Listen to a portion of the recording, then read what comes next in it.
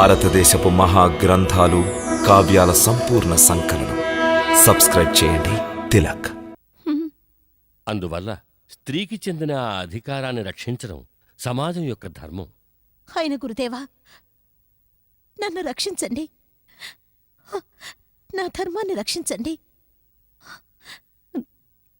నేను నా మనసారా ద్వారకాపతి శ్రీకృష్ణుణ్ణి నా పతిగా స్వీకరించాను. కాని మా పెద్దన్నయ్య, మా అన్నయ్య రుక్మి దీనికి ఎంతమాత్రమూ అంగీకరించడం లేదు. అంతేకాక నా కోరికకు విరుద్ధంగా శిశుపాలుణ్ణి ఊరేగింపుగా రమ్మని ఆహ్వానాన్ని కూడా పంపాడు. బహుశా ఊరేగింపు బయలుదేరుండొచ్చు. ఇప్పుడు నేను అసహాయరాల్ని. మా కుటుంబంలో ఏ ఒక్కరూ, మా అమ్మగాని, మా అన్నయ్యలు గాని, మా తండ్రిగారు గాని ఎవరూ నాకు సహాయం చేయడానికి సిద్ధంగా లేరు. వాళ్ళందరూ మా పెద్దన్నయ్య అస్త్రశక్తికి భయపడుతున్నారు. ఈ పరిస్థితుల్లో ఏ శస్త్రధారి నాకు సహాయం చేయడానికి సిద్ధంగా లేరు. నేడో కబల ధర్మరక్షకుణ్ణి సాయం చేయమని అర్థించడానికి వచ్చింది. నువ్వు సరైన చోటుకే వచ్చావమ్మా. ఇది మనకి పరీక్షా సమయం. ఒకవైపు రుక్మి బ్రహ్మాస్త్రం గురించి భయం, మరోవైపు అబల ధర్మాన్ని రక్షించాల్సిన అవసరం. నేను తప్పకుండా ఈ పరీక్షను ఎదుర్కొంటాను. నీవు నిశ్చింతగా ఉండు. ఈ బ్రాహ్మడు ఎవరి బ్రహ్మాస్త్ర భయంతోటో తన కర్తవ్యం నుంచి విముఖుడు కాడు. నేను నీ ధర్మాన్ని రక్షిస్తానమ్మా.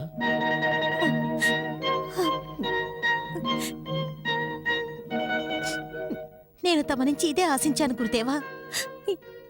తమ నుంచి ఇదే ఆశించాను. నాకు ప్రశ్నకి సమాధానం చెప్పు. ఈ పరిస్థితుల్లో శ్రీకృష్ణుని ఉద్దేశం ఏమిటి? వారేమంటారు?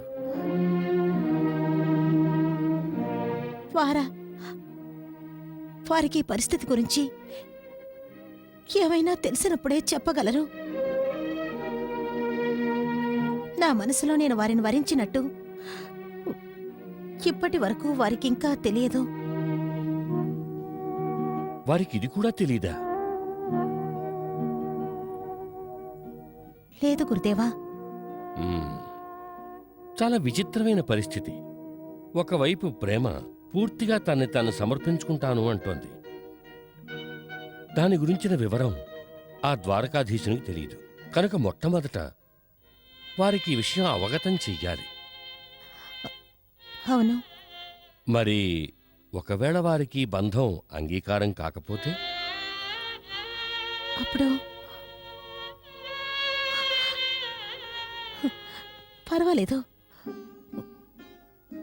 వారు అంగీకరించినంత మాత్రాన నా ప్రేమ అబద్ధం కాదుగా గురుదేవా. నేను వారిని ప్రేమించాను. నా సర్వస్వము వారి శ్రీచరణాల చెంత సమర్పించుకున్నాను. వారు నన్ను స్వీకరించకపోతే అది వారిష్టం. అందువల్ల నా సంకల్పం వ్యర్థం కాదు. గురుదేవా, నా జీవితాన్నే వారికి సమర్పించాను. అది వారు అంగీకరించినట్లయితే ఈ జీవితాన్ని అంతం చేసుకోవడానికి ఎంతో సమయం పట్టదు. పరపురుషుడు నన్ను ఆలింగనం చేసుకోవడానికి ముందే నేను మృత్యువును ఆలింగనం చేసుకుంటాను. ఇదే నా ధర్మం.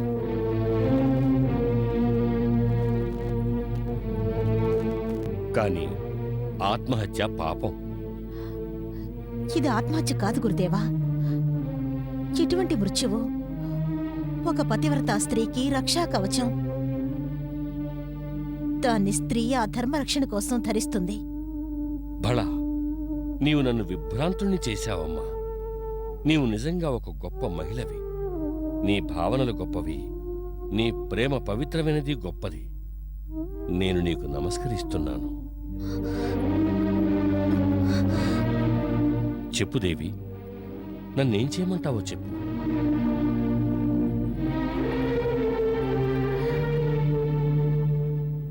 తమరు శ్రీకృష్ణుని చెంతకు నా ఈ సందేశాన్ని అందించగలరు. మీకీ కష్టాన్ని కలిగించకుండా నేనీ సందేశాన్ని ఏ దూతకైనా ఇచ్చి పంపించేదాన్ని. కానీ అది సమంజసం కాదు. అందరూ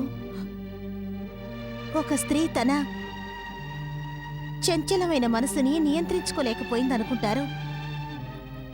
సందేశాన్ని పంపి లజ్జాహీనగా ప్రవర్తించిందనుకుంటారు.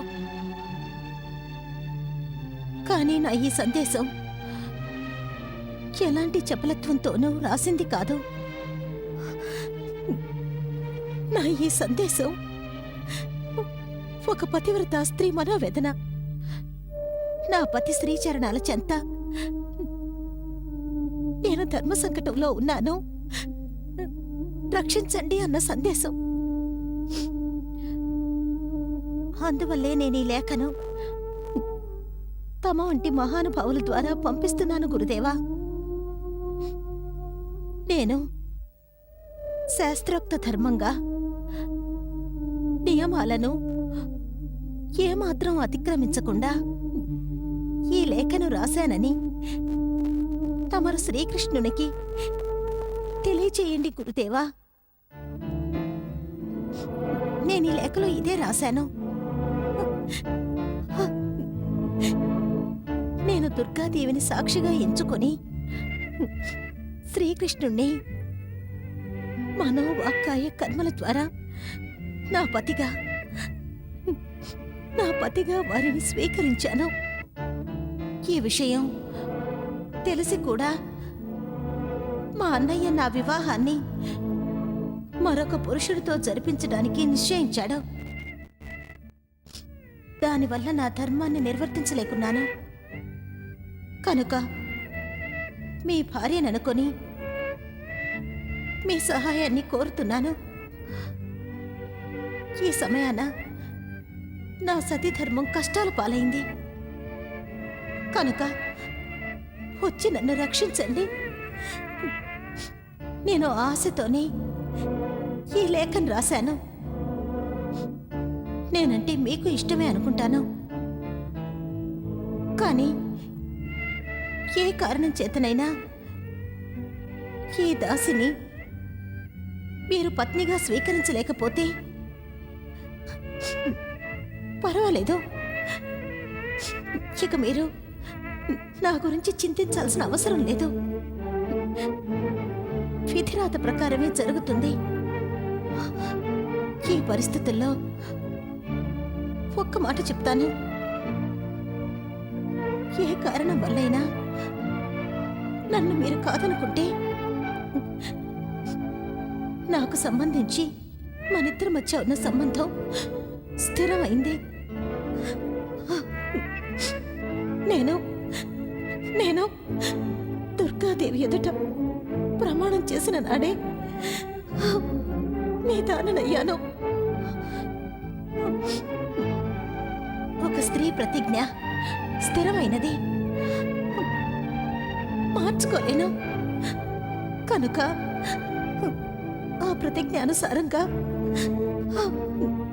నా సర్వస్వాన్ని తమరు శ్రీచరణాల చెంత సమర్పించుకున్నాను.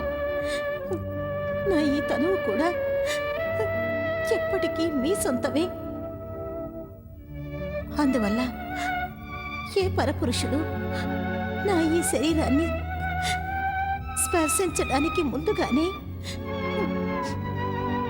నా రక్షణ కోసం ఈ తనువుని మృత్యుదేవతకి సమర్పిస్తాను. సమయం చాలా తక్కువగా ఉంది.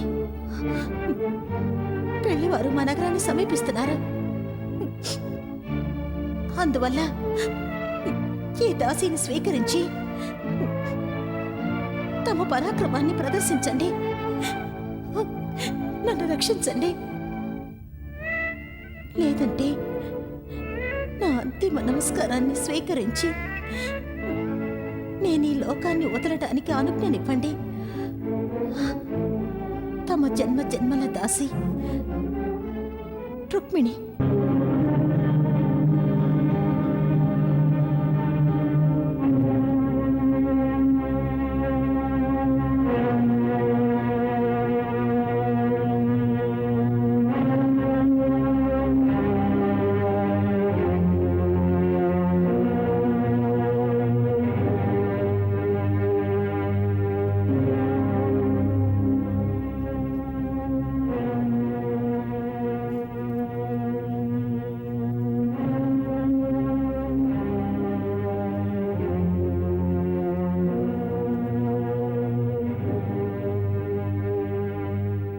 ప్రభు,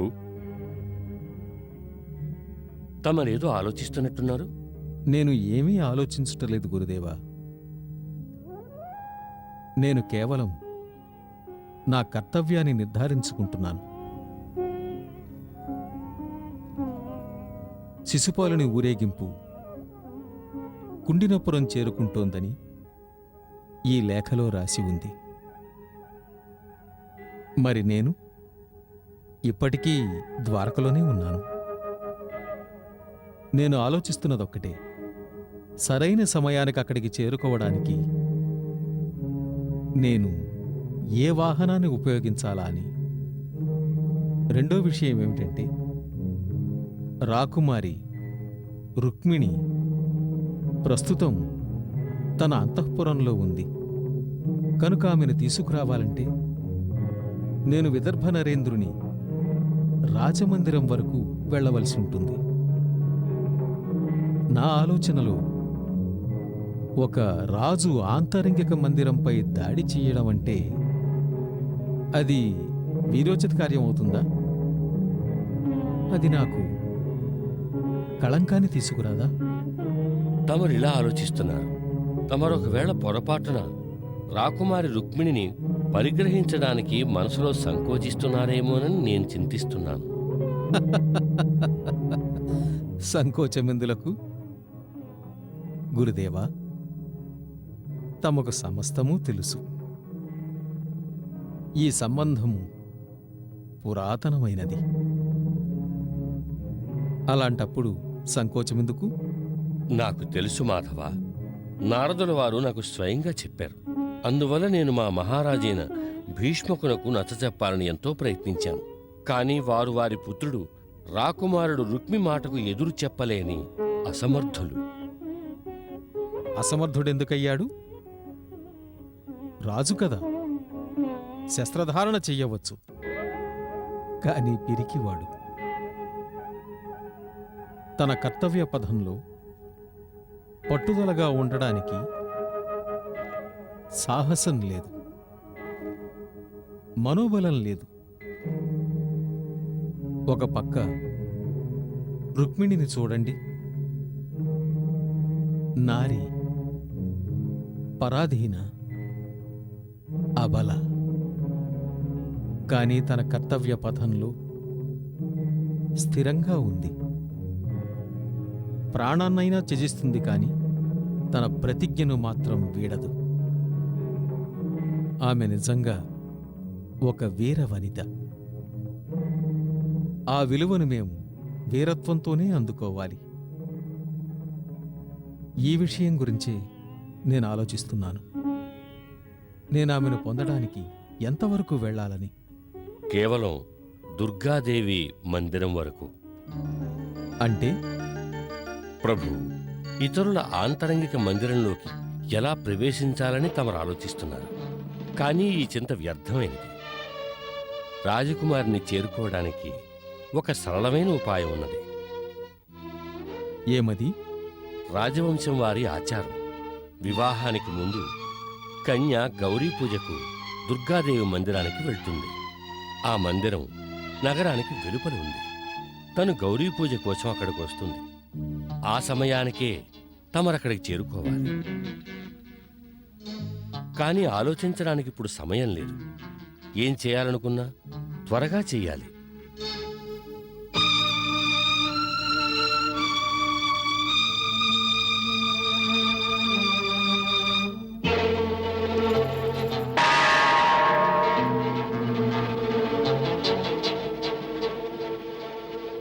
వెళ్ళండి. మా సారథి దారుకుణ్ణి నిద్రలేపండి. వెంటనే రథాన్ని సిద్ధం చేయమని చెప్పండి. తన వద్ద ఉన్న వాటిలో అతి శీఘ్రగతిని వెళ్లే మేలుజాతి అశ్వాలను రథానికి పొంచమనండి. మేము తక్షణమే ద్వారక నుండి బయలుదేరాలి.